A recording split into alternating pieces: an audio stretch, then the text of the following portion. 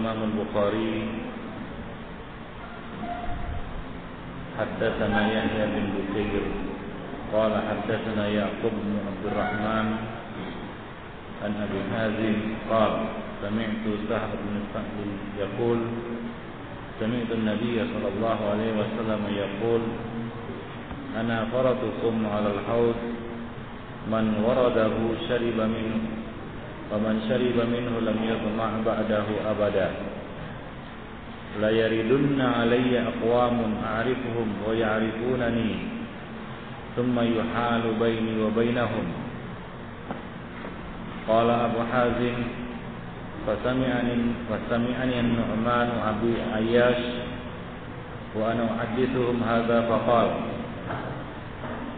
hakadha sami'ta sahlan faqultu na'am qala wa ana ashhadu ala Abi Sa'id al-Khudri la sami'tuhu yazidu fihi qala innahum minni fa yuqal innaka la tadri ma baddalu ba'dak fa aqul suhqan liman baddala ba'di. Ini adalah hadis terakhir dalam bab yang pertama. Ada 3 hadis yang dicantumkan oleh Bukhari di dalam bab yang pertama ini. Semuanya sebenarnya hadis yang sama, kisah yang sama, namun diriwayatkan dari sahabat-sahabat yang berbeda. Nah, di sini disebutkan riwayat Sahal bin Sa'ad, ya, Sahal bin Sa'ad, dan juga diisyaratkan ada hadis yang sama dari Abu Sa'id Al-Khudri.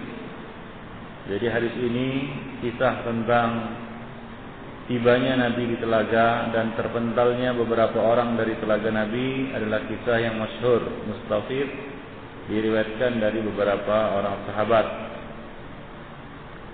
Berikut ini adalah riwayat Sahal bin Sa'ad. Dia berkata, aku mendengar Rasulullah bersabda, ana kharatukum 'alal haud. Aku adalah orang pertama yang lebih dulu tiba di haud. Man waradahu syariba minhu.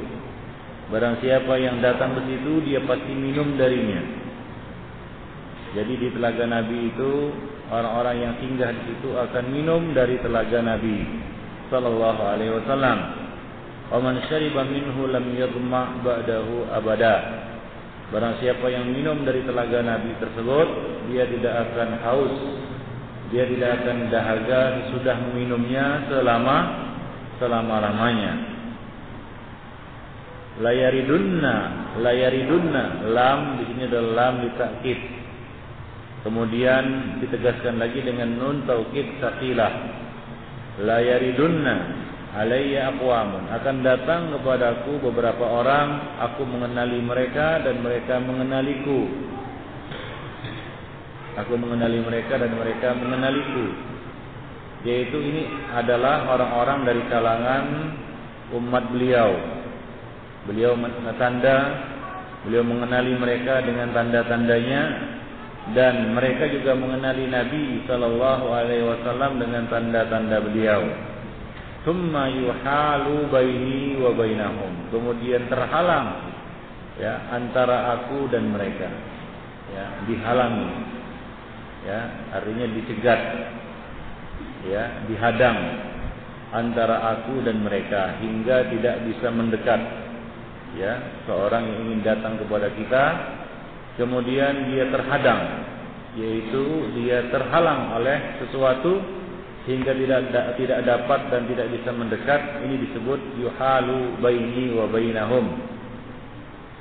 Abu Hazim berkata, fasami'ani an-Nu'man bin Abi Ayyash wa ana uhaddithuhum hadza faqala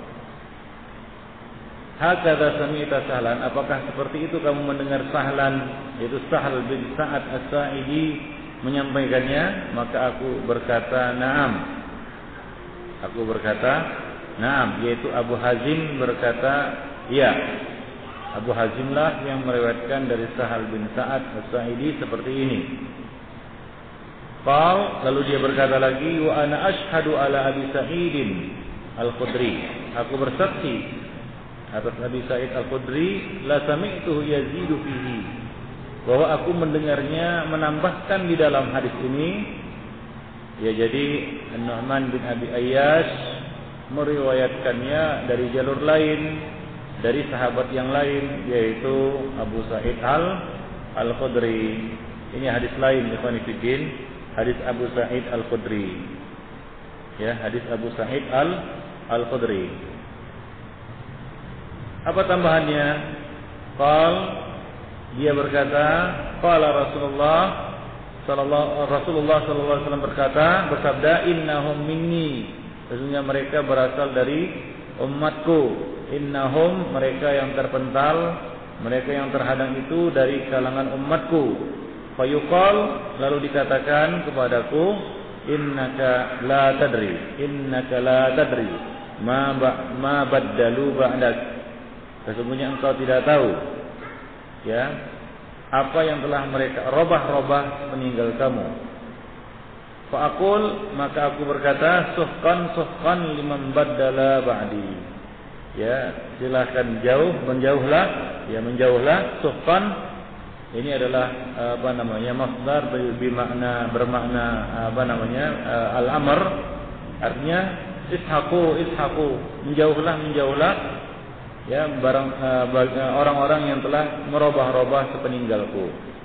Ya. Hadis ini ikhwan fillah merupakan dalil juga bahwa Rasulullah tidak mengetahui keadaan umatnya sepeninggal beliau. Ya, Nabi tidak bisa mendengar dari dalam kuburnya, tidak bisa melihat dari dalam kuburnya keadaan umat beliau. Berbeda dengan selebaran gelap yang disebutkan itu, Nabi sedih melihat kondisi umatnya. Nah, ini selebaran dusta, ya kan, ya, bohong. Ya, Nabi tidak tahu kondisi umatnya, ya, setelah Nabi wafat. Adapun ucapan salam yang didengar oleh beliau sampai kepada beliau, ikhwan fillah, itu adalah, ya, kekhususan yang diberikan kepada beliau, yaitu Allah memperdengarkan salam itu kepada beliau, bukan beliau mendengar langsung. Ya, nah demikian, itu kekhususan. Adapun yang lainnya, ucapan-ucapan umatnya dan lain sebagainya, Nabi tidak mengetahuinya. Di sini dikatakan kepada Nabi, innaka la tadri, engkau tidak tahu wahai Muhammad, ya, ma baddalu ba'dak, apa yang mereka robah-robah peninggal kamu. Apa yang dirobah-robah di sini?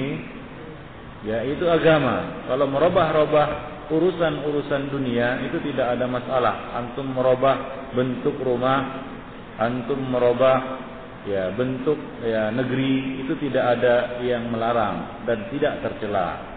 Tapi yang tercela adalah merobah-robah agama. Nah demikian. Jadi yang dimaksud baddalu, ya, apa yang telah mereka robah-robah, yaitu dari urusan agama mereka sepeninggalmu, yaitu setelah Islam disempurnakan. Setelah Islam disempurnakan, al-yauma akmaltu lakum dinakum wa atmamtu alaikum ni'mati wa raditu lakumul Islam madina. Maka Nabi sallallahu alaihi wasallam mencela mereka dengan mengatakan, menjauhlah, suhtan liman baddala ba'di, bagi orang-orang yang telah merubah-rubah sepeninggalku, yaitu telah berbuat bid'ah di dalam agama sepeninggal Rasulullah sallallahu alaihi wasallam atau sesudah agama ini disempurnakan. Karena agama ini sempurna dengan wafatnya Rasulullah sallallahu alaihi wasallam. Sempurnalah agama ini. Ya, tidak ada lagi wahyu yang turun. Cukuplah apa yang telah diturunkan oleh Allah kepada nabinya. Jadi perbuatan mengada-ngada, merubah-rubah, menambah-nambah sepeninggal Nabi sallallahu alaihi wasallam adalah perbuatan bid'ah yang bisa menyebabkan pelakunya terpental dari telaga Rasulullah sallallahu alaihi wasallam. Ikhwani fiddin, hadis ini dicantumkan oleh Al-Imam Al-Bukhari pada bab pertama dalam Kitabul Fitan. Beliau ingin menjelaskan di sini fitnah-fitnah yang diperingatkan oleh Nabi. Ya, fitnah-fitnah yang diperingatkan, ditahdzir oleh Nabi sallallahu alaihi wasallam. Fitnah yang terbesar ya yang menimpa umat manusia adalah fitnah di dalam agama. Banyak fitnah-fitnah yang terjadi di akhir zaman. Contohnya apa? Fitnah al-qatl, yaitu fitnah pembunuhan, pertumpahan darah, merebaknya pertumpahan darah, diminumnya khamar, ya, tersebarnya zina, terangkatnya ilmu, tersebarnya kejahilan dan lain sebagainya. Banyak fitnah-fitnah yang akan terjadi sepeninggal Nabi. Namun di antara sekian banyak fitnah yang terjadi sepeninggal Nabi, inilah yang paling berbahaya, yaitu fitnah fiddin. Ya, fitnah dalam agama, yaitu kesesatan dalam beragama. Ini fitnah yang terbesar. Ya, kalau kita katakan ikhwani fiddin azanillahu wa iyyakum jami'an, setiap penyimpangan dari rel agama disebut sebagai suatu bid'ah, maka termasuklah di dalamnya yaitu apa? Asyirku.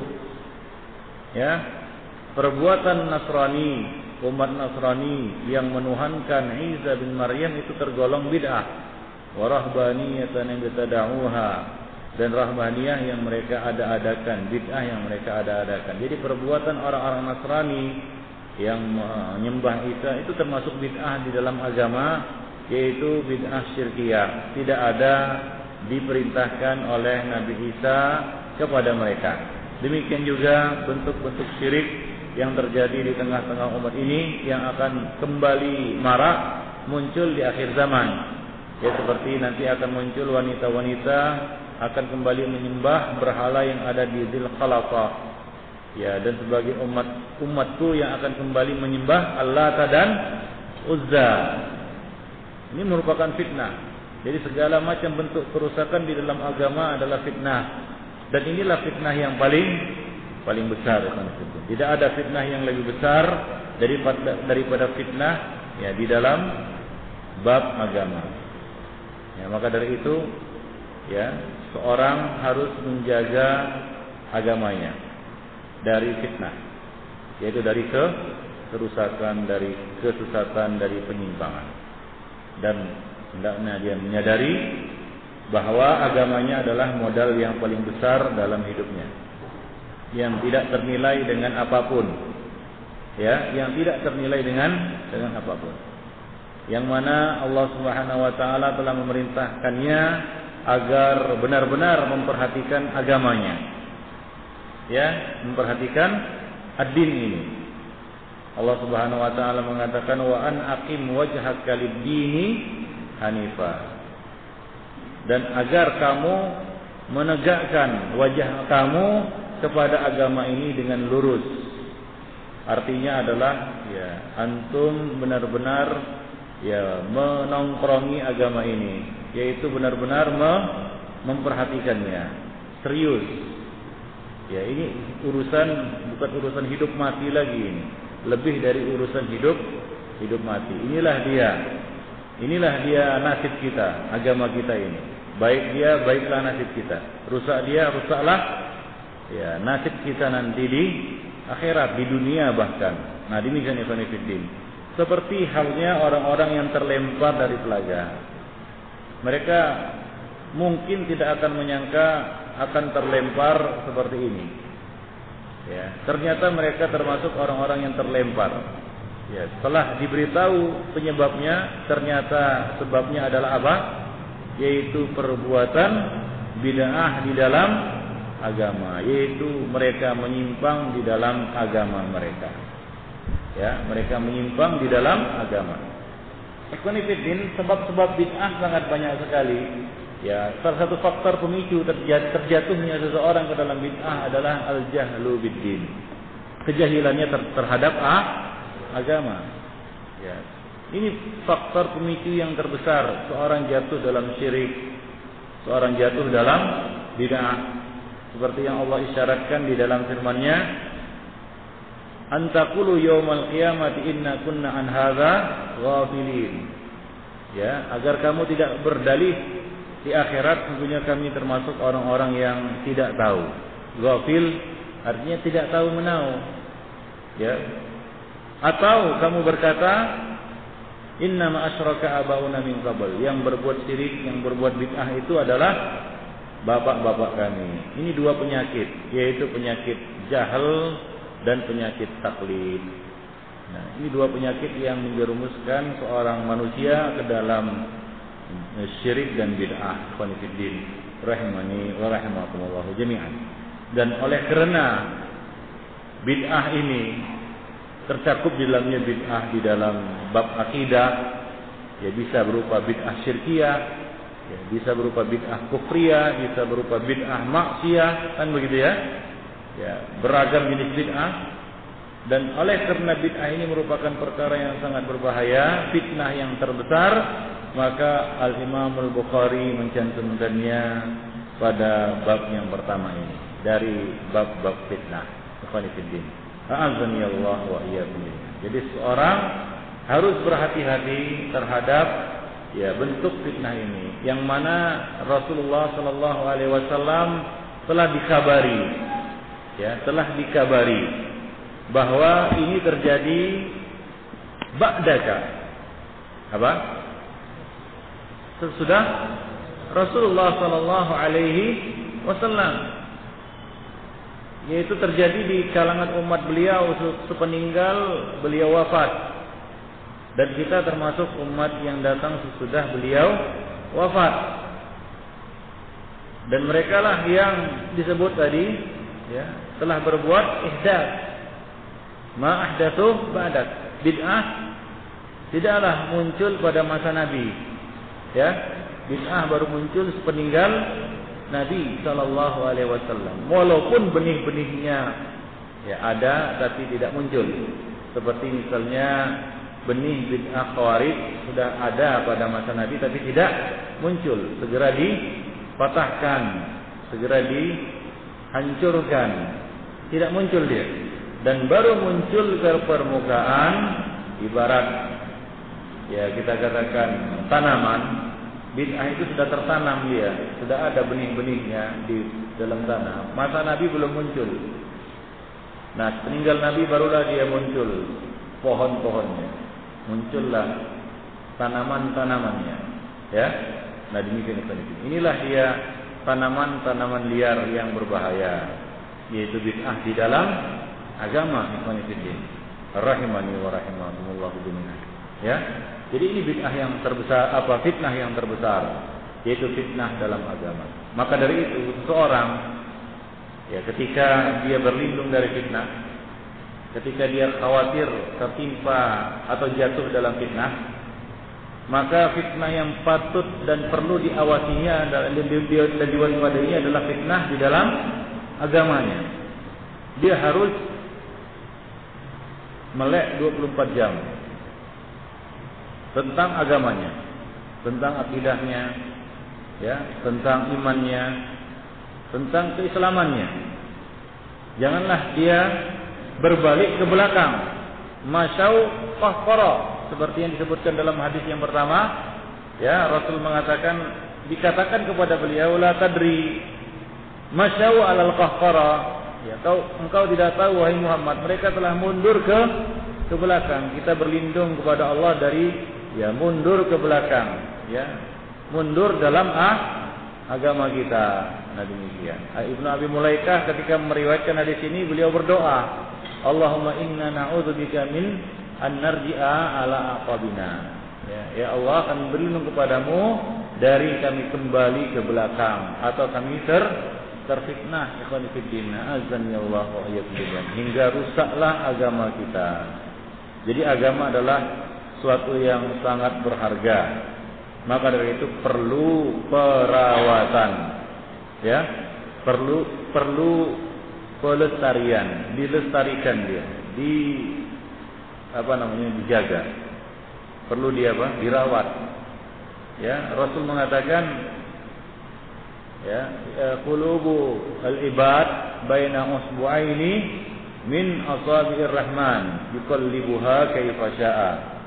Hati manusia itu di antara dua jari dari jari jemari Allah. Itu dibolak-balikkan ke kehendak Allah Subhanahu wa taala.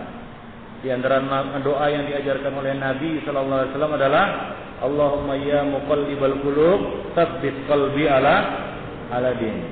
Teguhkanlah hatiku di atas agamamu. Jadi keteguhan, keistiqomahan, tetap istiqomah di atas agama yang lurus, ini adalah kewajiban pertama seorang muslim. Begitu dia bersyahadat la ilaha illallah. Ya, begitu dia bersyahadat la ilaha, tidak ada kewajiban yang lebih penting daripada menjaga keislamannya. Itulah dia yang dimaksud dengan al-hidayatu fit thariq. Hidayah ada dua, hidayah ila thariq, hidayah kepada Islam, dan hidayah di dalam Islam. Nah, demikian ikhwan fillah. Jadi dia mencermati. Oleh karena itu Allah mengatakan wa an aqim wajhaka, dan hendaklah engkau tegakkan wajahmu. Ya. Wa aqim wajhaka lid-dini hanifa, surat Ar-Rum ayat 30. Ya. Itu disebutkan dalam dua ayat, ya, dalam surat Yunus dan di dalam surat Ar-Rum. Ya, perintah untuk menegakkan wajah kepada agama yang lurus. Ya, bagaimana menegakkan wajah? Kalau antum tidur, tegak wajah antum. Ya, antum lalai terhadap agama. Seperti ya disebutkan la yata'allamuhu wa la ya'malu bihi, tidak mempelajarinya dan tidak apa? Tidak mengamalkannya. Ya, dia tidak acuh.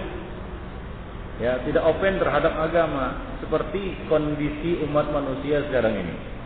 Dia acuh tak acuh saja, mau tak mau lah istilahnya. Ya, enggak terlalu open dengan agama. Ya. Merasa berat kalau sudah urusannya dengan adil untuk agama, itu menjadi berat. Nah, ini perlu diwaspadai. Ya, karena sikap seperti ini adalah sikap yang bisa menyeretnya ke dalam fitnah. Biasanya orang-orang seperti ini yang menjadi korban bid'ah, bukan itu. Orang-orang yang sudah tidak peduli lagi dengan dinnya. Ya, jadi gampangan dia, udahlah. Mau ini, mau itu. Seperti orang sekarang, mau disebut bid'ah, mau apa, dia enggak peduli, enggak open. Nah, kalau prinsip hidupnya seperti ini, hancurlah dia.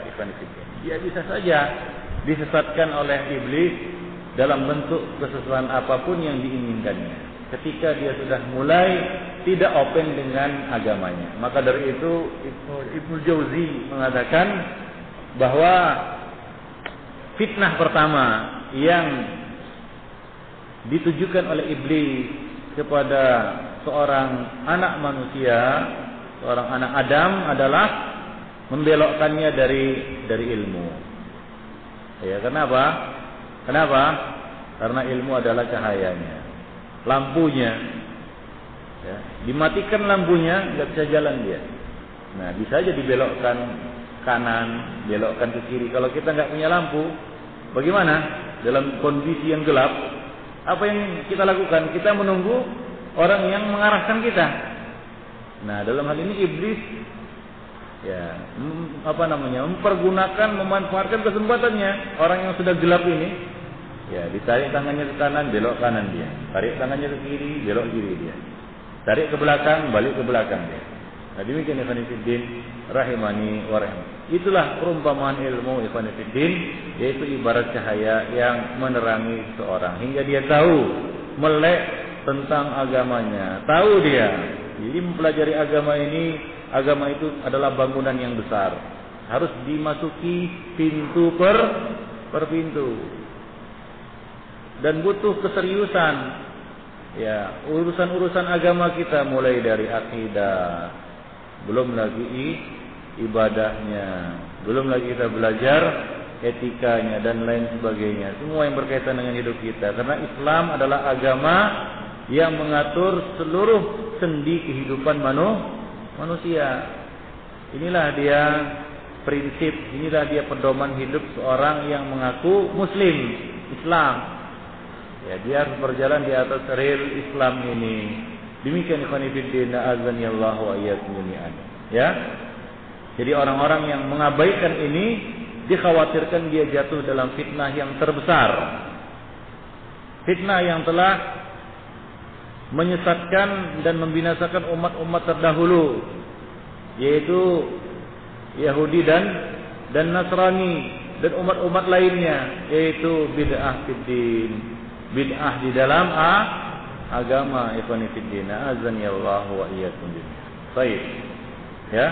Jadi di dalam hadis-hadis ini dapat kita ambil satu faedah, ikhwani fiddin, ya, bahwa bid'ah itu dapat menghalangi seseorang dari telaga Rasulullah sallallahu alaihi wasallam. Dia atau mereka ahli bid'ah tidak berkesempatan mencicipi telaga Nabi sallallahu alaihi wasallam. Yang jadi pertanyaan, ahli bid'ah yang mana ini? Apakah setiap orang yang berbuat bid'ah lantas tidak bisa mencicipi telaga Nabi? Atau yang dimaksud dengan orang-orang yang terhalang dari telaga Nabi ini adalah ahli bid'ah? Kita katakan ikhwan fillah bahwa yang terhalang dari telaga Nabi ini adalah ahli bid'ah, yaitu orang-orang yang berada di luar kalangan ahlu sunnah. Itu dia. Sebab kita tidak menampik di kalangan ahlu sunnah ada juga yang berbuat bid'ah. Tapi perbuatan bid'ah di kalangan ahlu sunnah itu tidak mengeluarkan mereka dari lingkaran ahlu sunnah. Jadi bid'ah di sini adalah bid'ah fi usuluddin. Bid'ah di dalam usul ad-din, di dalam akidah, di dalam usuluddin. Ya, mereka lah yang akan terlempar dari telaga Nabi. Maka itu kata orang ikhwan fillah, ahlu sunnah sendiri apakah dijamin 100% bersih dari bid'ah? Ada yang menjamin dirinya 100% bersih dari bid'ah? Tidak ada. Ya, kita kadang-kadang ya kita jatuh, tapi dasar kita, usul kita, dasar agama kita, pedoman agama kita itu adalah pedoman yang sunnah, bukan bid'ah. Jatuh dalam beberapa perkara yang disebut bid'ah itu adalah hal yang dimaklumi, namanya juga manusia. Hal itu juga terjadi pada sahabat, pada ulama dan pada imam-imam. Ya, mereka juga kadang-kadang jatuh dalam perkara yang disebut sebagai bid'ah oleh yang lain. Ikhwani fillah, azanillahu wa iyyakum jami'an. Tapi bukan atas kesengajaan dan bukan karena usul mereka yang bid'ah. Paham? Nah, demikian ikhwan fillah. Beda dengan ahli bid'ah yang memang dasar usul mereka adalah usul yang bid'ah, seperti misalnya Mu'tazilah, Khawarij, Syiah dan sejenisnya. Mereka lah yang akan nantinya terlempar dari telaga ini. Ya, boleh kita asumsikan yaitu mereka adalah 72 golongan yang dikatakan oleh Nabi finnar illa wahidah. Nah, kecuali yang satu inilah yang akan singgah di telaga Rasulullah sallallahu alaihi wasallam. Ikhwan fillah, azanillahu wa iyyakum. Apa keuntungannya singgah di telaga Nabi ini? Kalau enggak singgah kenapa rupanya? Mungkin ada orang yang berkata demikian. Kita katakan dalam banyak hadis disebutkan bahwa barang siapa yang singgah di telaga Nabi ini pada saat manusia ketika itu sangat kehausan, ya, matahari didekatkan, ya, ada yang tenggelam dengan keringatnya, ada yang yang sepinggang dan lain sebagainya, kondisi sangat berat. Mereka kehausan, tidak ada sumber air.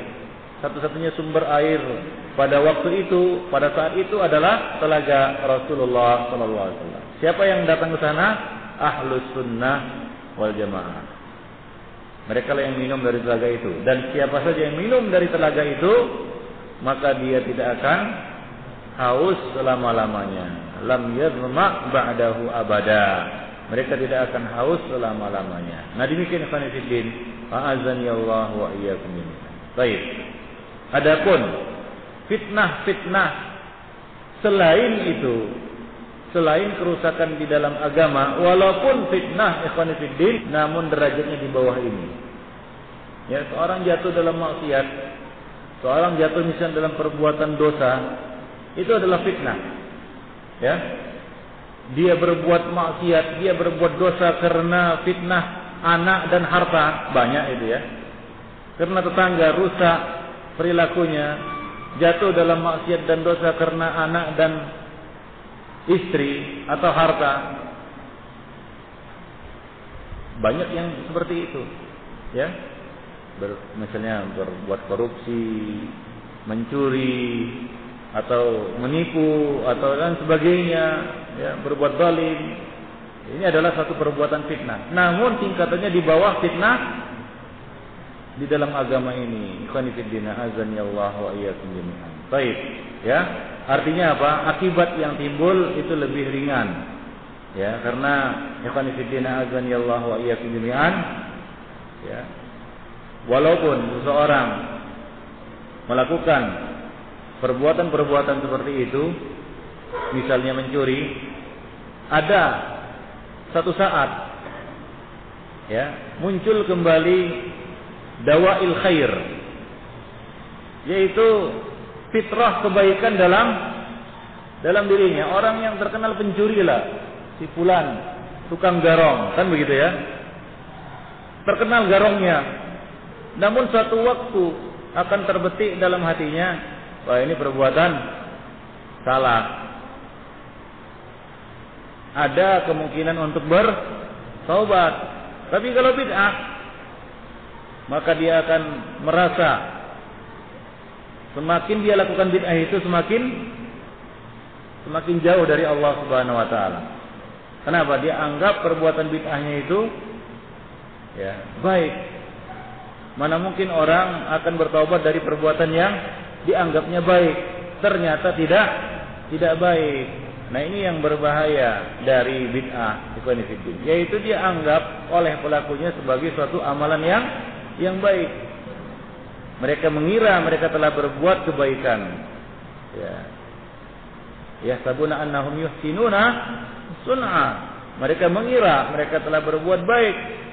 Coba lihat Khawarij, ikhwani fiddin, mereka mengira bahwa mereka telah berbuat kebajikan, bahwa mereka telah beramal. Ya, tapi ternyata apa? Amal itu justru membuat mereka jauh dari agama. Apakah seperti ini? Ya, mungkin diharapkan dia bertaubat? Sangat sulit kecuali hidayah dari Allah Subhanahu wa taala. Kecuali hidayah dari Allah Subhanahu wa taala, ikhwani fiddin. Oleh karena itu Sufyan Ats-Tsauri mengatakan apa? Perkataan beliau yang masyhur, ya, al-bid'ah ahabbu ila iblis minal ma'siyah. Ya, bid'ah lebih disukai oleh iblis daripada maksiat. Kenapa? Al-bid'ah la yutabu anha, wal ma'siyah yutabu anha. Ya, bid'ah itu sangat sulit diharapkan bertaubat darinya. Adapun maksiat masih bisa diharapkan pelakunya bertaubat. Kalau sulit diharapkan bertaubat, apa artinya? Apa artinya? Ya, dia menutup usianya dengan apa? Dengan amalan bid'ahnya itu. Sementara Nabi mengatakan innamal a'malu bil khawatim. Sesungguhnya nasib seorang itu tergantung dengan amal penutupnya. Barang siapa menutup amalnya di atas bid'ah, maka ya kelak dia akan mengalami, akan menjalani nasib seperti itu. Yaitu apa? Terlempar dari mana? Dari telaga Rasulullah sallallahu alaihi wasallam. La yutabu anha, sulit diharapkan bertaubat darinya. Artinya sulit apa? Sulit kembali kepada agama. Coba lihat pelaku bid'ah, makin dilarang makin menjadi, makin tertantang, makin dilarang makin tertantang. Ya, nah demikian ini. Makin jauh dia dari apa? Dari agama. Nah, ini adalah fitnah yang besar. Walaupun ikhwan fillah pelakunya tidak merasa dia jatuh dalam fitnah. Ya, jatuh dalam fitnah. Oleh karena itu ikhwan fillah, kaitannya dengan firman Allah Subhanahu wa taala, wattaqu fitnatan la tusibanna alladziina zalamu minkum khassah, dan sabda Rasulullah sallallahu alaihi wasallam, ya, innallaha azza wa jalla la yu'adzibul 'ama bi amalil khassah hatta yarul munkar baina dhahranaihim. Perbuatan bid'ah tidak boleh biarkan. Karena kalau dibiarkan akibatnya ikhwan fillah akan merata. Ya. Satu, ya, bid'ah itu akan sulit untuk diatasi. Mewabah dia. Seperti ya kita katakan itulah dia yang terjadi di negeri ini. Contohnya bid'ah wirid. Bid'ah wirid Yasin. Bid'ah maulid. Cobalah mau dikikis. Cobalah kita coba untuk mengikisnya. Ayo anak. Waduh sulit. Ibarat pohon yang akarnya sudah menancap sampai 7 lapis bumi. Enggak sulit untuk dicabut ikhwan fillah azanillahu wa iyyakum. Makin ditarik ke atas makin membendam ke bawah. Begitulah kira-kira ya. Nah, maka dari itu setiap bid'ah harus diatasi sejak dini. Jangan sampai nanti muncul amalan bid'ah yang kadarnya seperti wirid Yasin ini. Ya sebagai contoh sekarang alhamdulillah Allah Subhanahu wa taala telah memberikan kesadaran dalam telah memunculkan ya di antara hamba-hambanya At-Taifatul Mansurah Al-Hadis yang tetap ada setiap zaman. Ya, muncul bid'ah zikir berjamaah. Langsung harus ada pengingkarannya. Kalau tidak, kalau dibiarkan boleh jadi ya amal seperti ini ya akan sama nasibnya dengan apa? Amalan wirid Yasin. Nah, dibikin itu. Jadi perlunya kita apa? Mengingkari apa? Al-bid'ah wa nifidina azan ya Allah. Dan itu merupakan suatu kewajiban. Ya, kewajiban kita untuk apa? Meluruskan setiap penyimpangan di dalam agama. Karena tidak ada yang lebih perlu diluruskan selain dari penyimpangan di dalam agama. Karena kalau dibiarkan, maka bengkoknya akan sulit untuk diperbaiki. Ya. Apalagi kalau orang-orang yang melakukannya sudah menganggap itu satu hidayah, payah, sulit. Ya. Mereka mengatakan, "Kadzalika wajadna aba'ana yaf'alun." Demikianlah kami dapati bapak-bapak kami melakukannya. Nah, itulah hujahnya. Nah, kalau sudah seperti itu, ya, ikhwani fiddin, amal seperti ini akan sulit untuk dihilangkan. Baik, ikhwani fiddin, rahimani wa rahimakumullah jami'an. Baik, ya, jadi itulah dia bab yang pertama, yaitu bercerita tentang bid'ah atau fitnah yang paling besar, yaitu bid'ah fiddin, bid'ah di dalam agama. Baik. Ada yang ingin bertanya, kira-kira ada 10 menitan untuk tanya jawab. Kajian kita adakan rutin setiap Selasa malam Rabu dan batas waktunya jam 9 ya. Ya.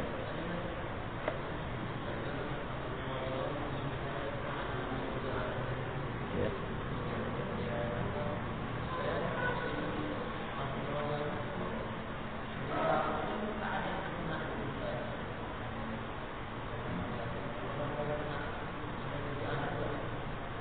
Apanya?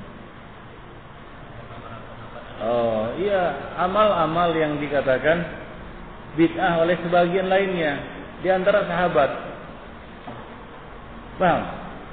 Ya, di antara mereka, di antara ulama, ya, di antara misalnya Abdullah bin Abbas, ya, dengan yang lainnya. Sebagian mengatakan perbuatan itu bid'ah kepada yang lain. Paham maksudnya? Demikian juga di antara para imam, ya, di antara para imam, di antara para ulama, contohnya ya Syekh Al-Albani dengan Syekh bin Baz tentang masalah sedekah. Tapi apakah itu bid'ah itu yang dimaksud di sini? Bukan.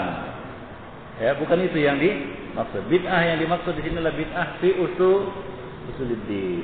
Maka dikatakan tidak ada sahabat yang akidahnya usuluddinnya bid'ah, ikhwan fillah rahimani wa rahimakumullah jami'an. Tidak ada Ibnu Abbas menuduh Abdullah bin Mas'ud bid'ah di dalam ad-din, di dalam apa? Akidah. Paham? Nah, demikian ikhwan fillah azanillahu wa iyyakum jami'an. Baik. Adapun dalam bab-bab lainnya, yaitu itu terjadi di kalangan para imam. Maka dari itu Ibnu Taimiyah menulis satu buku yang berjudul Raf'ul Malam an A'immatil A'lam. Ini menjelaskan bahwa sebahagian ulama mulai dari kalangan sahabat sampai yang lainnya, karena mereka tidak maksum. Ya, mereka tidak maksum. Bisa jatuh dalam kesalahan. Ya, bisa jatuh dalam kesalahan. Namun, ya kita harus memberikan udzur kepada mereka, harus memberikan udzur kepada mereka. Ikhwan fillah, rahimani wa rahimakumullah. Baik. Ya. Nah. Ya. Apa?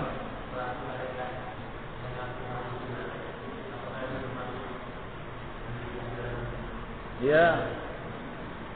Nama dan pengakuan itu tidak jadi ukuran, Ikhwan fillah.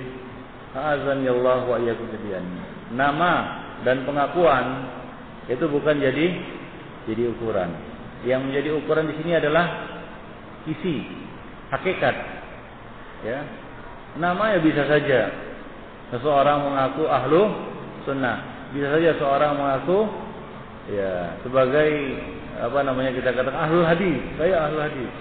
Ternyata isinya apa? Ahli syirik.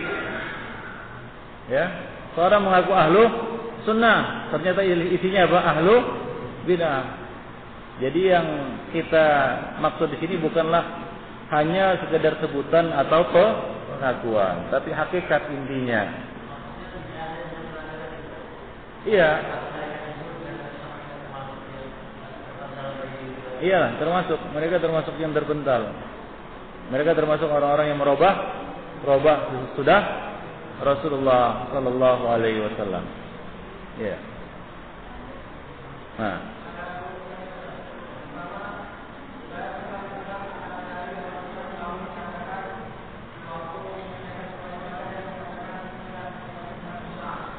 Apa? Nikmat, ya.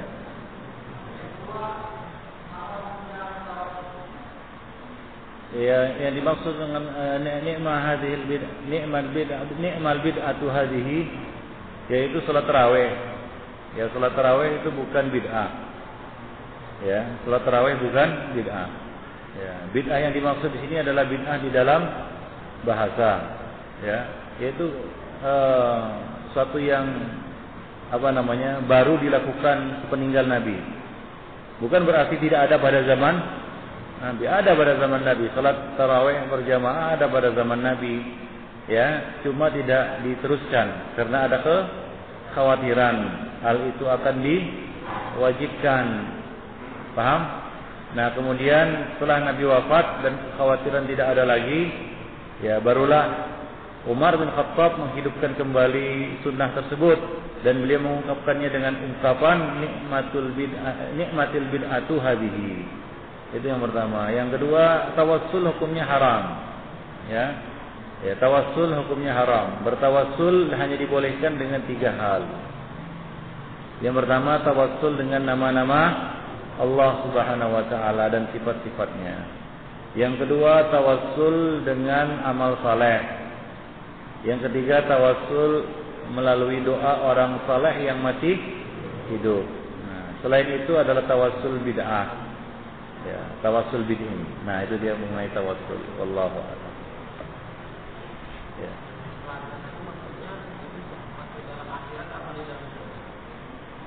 Ini di akhirat. Ya, di padang mahsyar. Ya, sebelum manusia melewati sirat. Ya, proses terakhir adalah melewati sirat. Ya, dan ini sebelum sirat. Dalam riwayat ditegaskan bahwa al-haud qabla sirat. Telaga ini sebelum as-sirat. Ya.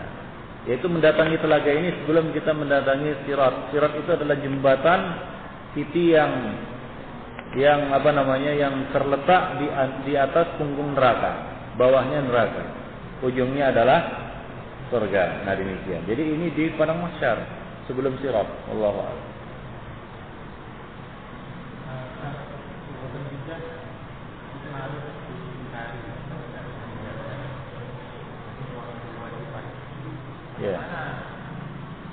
bilang berarti kan kita nggak menginginkan itu dosa. Iya. Karena kita lihat di sholat jemaah itu mereka mau minta bagian yang lain-lain. Pada masa itu kan kita nggak bisa berbuat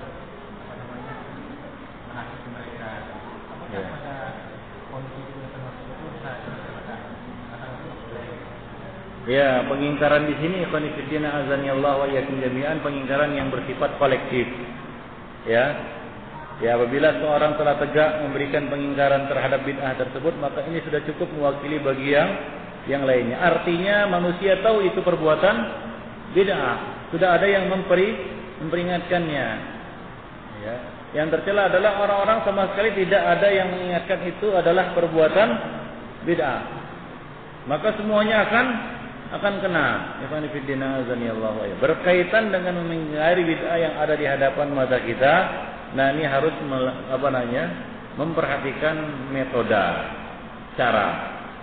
Yaitu apa? Ud'u ila sabili rabbika bil hikmah wal mau'izatil hasanah wajadilhum billati hiya ahsan. Nah, demikian. Paham? Tapi Ustaz, kalau begitu pengingkaran secara umum kalau kita lihat sudah jelas akan ada buku ulama itu Ustaz ya. Yeah. Nah, jadi sebenarnya kita secara umum tidak terkena Ustaz, kecuali mungkin di tempat kita, jadi tempat itu mungkin memberikannya dengan hikmah. Ya, kalau kita di satu tempat dan mereka belum ada yang tahu bahwa itu perbuatan bid'ah, maka kita wajib untuk memberitahunya, wajib. Karena nggak ada yang lain. Tapi kalau sudah ada yang lain, mereka tahu, sudah sampai kepada mereka peringatan itu dan mereka tahu itu adalah bid'ah, maka ini sudah mencukupi. Ya, nah demikian. Urusan hidayah itu urusan Allah Subhanahu wa taala. Yang jelas di sini adalah apa?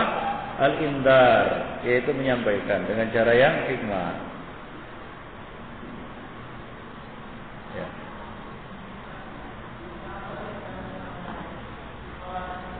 Gimana? Yang paling besar adalah mereka mengkafirkan orang-orang Islam. Ya. Bid'ah terbesar orang-orang Khawarij adalah apa? Salbul iman minal mu'min. Ya, menghilangkan status iman dari orang mukmin. Bid'ah Murji'ah adalah apa? Isbatul iman alal kafir. Menetapkan iman atas orang kafir. Nah, dua-duanya sesat. Ya, itu dia pokok ya, kesesatan mereka, yaitu mengkafirkan orang muslim. Nah, dari situ berkembanglah macam-macam itu. Ya, pengkafiran muslim ya akan berakibat banyak hal. Ya, cabangnya banyak itu nanti. Pengeboman, pemberontakan, penghalalan harta, darah, kehormatan dan seterusnya, itu banyak itu kaitannya. Hah? Gimana? Ya, dia katakan ini orang muslim yang telah melakukan dosa besar kafir. Nah, itu termasuk akidah kaum Khawarij, yaitu mereka berkeyakinan orang muslim yang telah melakukan dosa besar hukumnya kafir. Misalnya muslim berzina kafir. Ya. Muslim mencuri kafir. Nah, demikian. Jika sampailah mereka kepada mengkafirkan orang-orang yang mereka klaim tidak berhukum dengan hukum Islam. Nah, dari situ mereka mengkafirkan orang yang tidak mengkafirkan dan seterusnya. Itu berakar terus sampai akhirnya mereka mengkafirkan orang yang tidak mengkafirkan orang yang mereka kafirkan. Nah, selesai.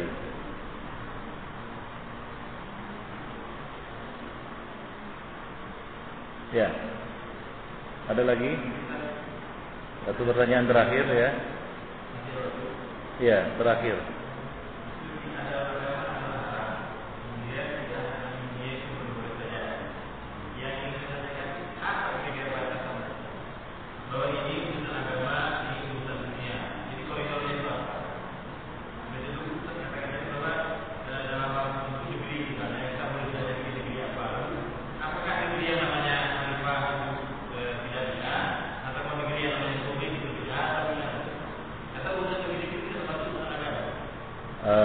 yang perkara yang sudah diatur dalam Islam, maka itu termasuk urusan agama.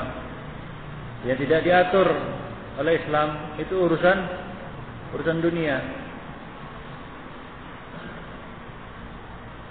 Islam menurunkan ketentuan halal dan haram pada perkara itu, maka itu berarti urusan apa? Agama. Islam tidak membicarakannya, Islam tidak membahasnya, itu urusan dunia. Misalnya urusan mengawinkan pokok korma, Nabi mengatakan antum a'lamu bi umuri dunyakum. Kamu lebih tahu, lebih paham urusan dunia kamu. Ya, misalnya ya kita katakan membuat ya barang-barang yang belum ada sebelumnya. Ya, misalnya apa? Alat transportasi, bangunan-bangunan dan lain sebagainya. Nah, ini kan nggak ada ya ketentuannya di dalam Islam, tidak mengatur antum harus pakai besi berapa mili, semen ini dan lain sebagainya, kan tidak ada diatur itu. Ya, itu urusan dunia kamu. Islam tidak mengaturnya. Antum lebih paham. Itu diserahkan kepada antum. Tapi urusan ibadah, ya, urusan muamalah, ya, urusan-urusan yang termasuk di dalam bab agama, nah ini tidak boleh melakukan bid'ah di dalamnya. Tidak boleh mengada-ngada. Tidak boleh sesuatu yang baru. Nah itu dia. Jadi perinciannya harus kembali kepada, ya kita katakan kepada ulama yang mengerti. Ya. Oleh karena itu ini adalah bab yang luas. Ya, dengan mempelajari agama secara menyeluruh, antum baru bisa paham. Wah, ini udah dibahas dalam agama. Ini tidak paham. Nah, kalau antum tidak mengerti agama, ya memang nggak ada bayangan bagi antum. Bagi antum semuanya perkara tidak ada yang diatur oleh agama. Jadi ukurannya di sini bukan kembali kepada orang jahil atau orang awam, tapi seorang ulama yang memang paham agama dari A sampai Z. Ini udah diatur dalam Islam. Nah demikian. Bagi orang awam dia merasa apa? Wah, ini nggak ada diatur ini. Semua nggak ada aturannya menurut mereka. Ya. Nah demikian. Jadi ukurannya, patokannya atau standarnya adalah orang-orang yang mengerti agama ini, yang alim atau yang ahli dalam agama. Ya, di sini coba lihat dalam Sahih Bukhari ini sudah tergolong kitabul jami'. Nah, di dalamnya diatur tentang muzara'ah, tentang al-marda, tentang madzalim, maghazi, makatib, manasik dan lain sebagainya. Itu diatur banyak hal-hal yang diatur oleh ad-din. Paham? Nah, demikian. Tentang imarah, ya, tentang wakalah dan lain sebagainya. Baik.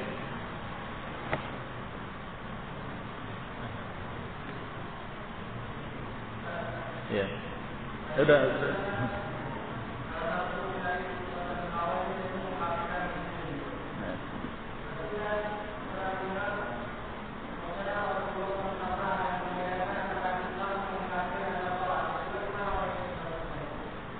Meninggalkan sholat. Ya, ini masalah khilafiyah di antara ulama mengenai orang meninggalkan sholat. Ya, tapi yang rajih yang kita pilih adalah apa? Pendapat yang mengatakan tidak kafir, kecuali apabila telah ditegakkan hujjah dan diancam dengan hukuman bunuh, namun dia tidak mau juga sholat, maka dia dihukum bunuh dan mati dalam keadaan kafir. Nah, demikian akan hukumnya. Tapi orang yang mengingkari kewajiban sholat, maka ulama sepakat orang yang mengingkari kewajiban sholat hukumnya apa? Kafir. Orang yang tidak mengingkari tapi dia malas, dia tinggalkan sholat. Dia tinggalkan sholat. Ya banyak muslim seperti ini. Ya, banyak muslim seperti ini. Apakah dia langsung kafir? Tidak. Buktinya apa? Sejak dahulu sampai sekarang orang-orang muslim yang meninggalkan sholat tetap dikuburkan, dimandikan, ya dikuburkan di perkuburan kaum muslimin, nanti mewarisi diwarisi, kan begitu ya, dan seterusnya. Nah itu yang berlaku. Ya demikian Ibnu Fiddin azanillahu wa iyyakum jami'an.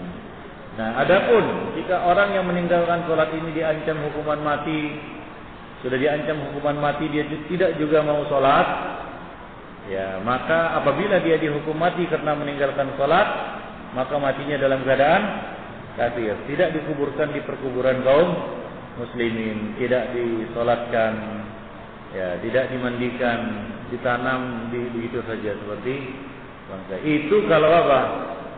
Kalau sudah disuruh sholat, diancam hukuman mati juga tidak mau sholat. Nah demikian misalnya itu. Azan ya Allah wa iyyakum. Baik. Demikian saja ya kajian kita pada malam ini. Nanti kita lanjutkan bab yang kedua insyaallah. Fatarawna ba'di umuran tunkirunaha. Kalian akan melihat perkara-perkara yang kalian ingkari.